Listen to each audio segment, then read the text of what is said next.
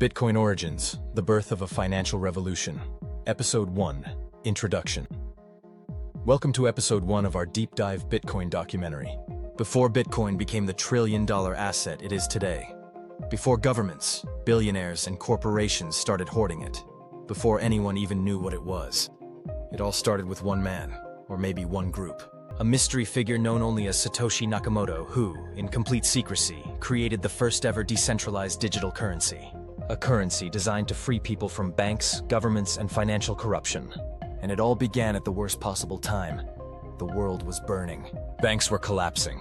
People's savings were vanishing overnight. Governments were bailing out billionaires while regular families lost everything. Then, out of the shadows, an anonymous genius posted a single white paper on an obscure forum. That paper would change the course of history. Who was Satoshi Nakamoto? Why did he create Bitcoin? And how did it go from a worthless piece of code to a financial revolution that threatens the entire banking system? This is the story they don't want you to hear. Make sure to like, subscribe, and leave a comment. Your support helps keep this content coming.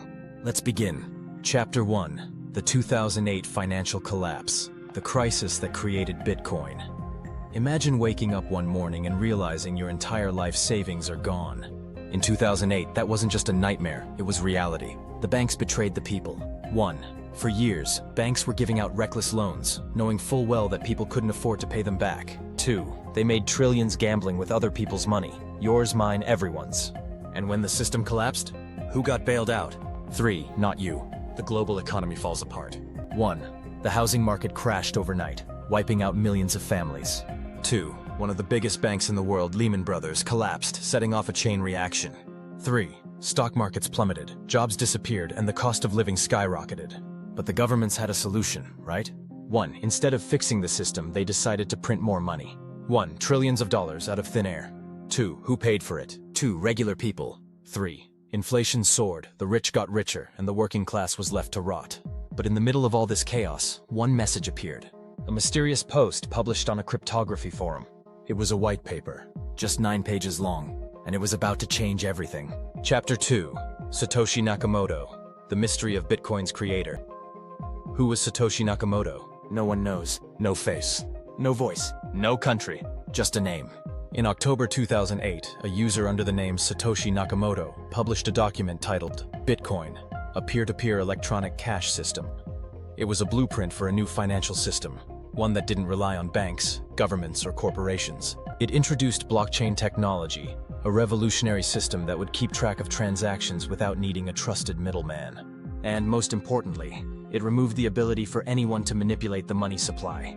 The big question: why did Satoshi stay anonymous? 1.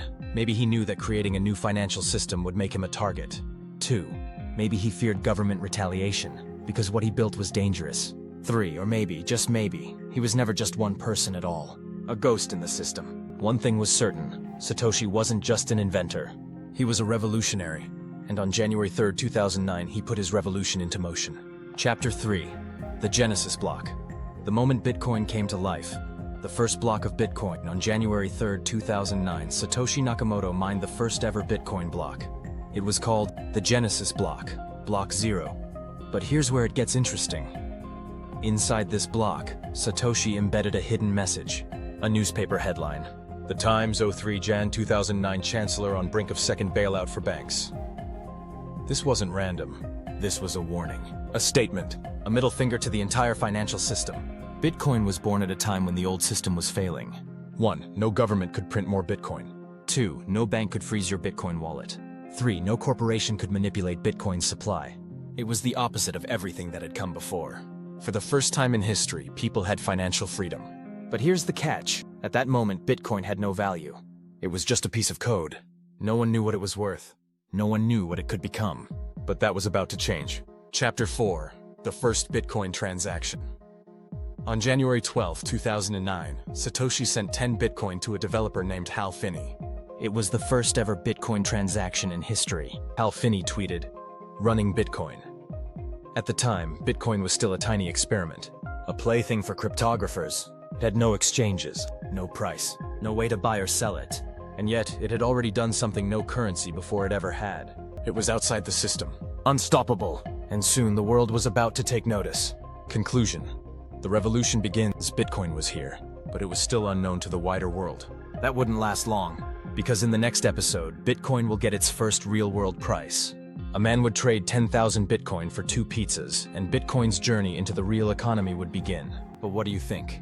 Was Satoshi a genius, a government project, or something else entirely? Will he ever reveal himself? Or is Satoshi Nakamoto gone forever? Drop your thoughts in the comments. If you enjoyed this episode, make sure to like, subscribe, and hit the notification bell. It helps grow this channel and keep this content coming. Next episode, the first Bitcoin price, the 10,000 BTC pizza purchase, and Bitcoin's early struggles.